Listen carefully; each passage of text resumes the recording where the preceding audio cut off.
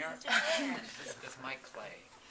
Alright. Ooh, I'm just off my stool. That would be a good one. Alright. Face first into the clay. You should do the America's Funniest Home Videos.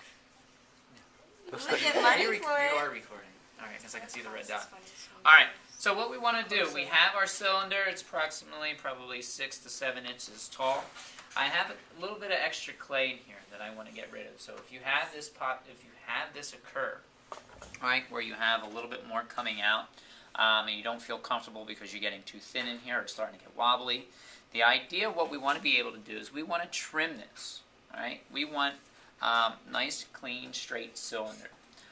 One way to do that is with your wooden modeling tool.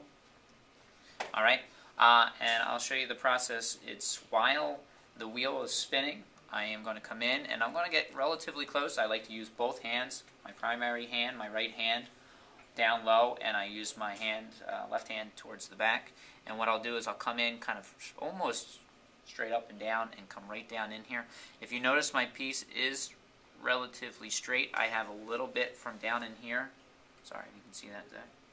Right in here I have to take off, and that's not a whole heck of a lot. The reason we do that is because we don't want thick, heavy bottoms. Okay, so I'll start spinning. Another medium pace. And I'll go straight down to the bottom of the wheel head. You can see the clay push out. You heard that? Are you moving down with it, or are you just I'm going keeping straight it? down, and you know you hit the bottom, the wheel head when you hear that shh. Okay, and so I have this extra clay here. If you've seen on the video, the guy does the cut and then he does all the trimming. It's kind of up to you. A lot of times I do my trimming in case my piece doesn't slide off the wheel, because that's always a possibility. I don't know if you can see that from this side, Zach. But what I'll do, alright, I'll go over here. What I'll do is in front of me, not on the side here, I'll go in and I'll start cutting and I'll start pulling this away. Actually, even before the wheel starts moving, so I actually am in there.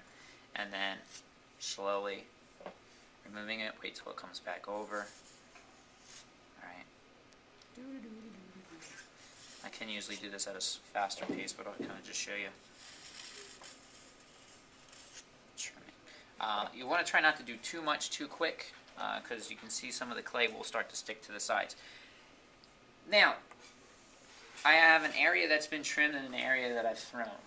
You can obviously see the difference because this is a little bit smoother. It has a little bit of that extra clay on there. A lot of times what I'll do is I'll come back in with my sponge, put my hand back in, and I'll go from the bottom. And if I have too much clay down there, I can still do a little pull. Straighten everything up. And this will give it a more consistent feel to it all the way through. And I have those fingerprints, sponge marks, going all the way around. Okay. Last but not least, you can stop.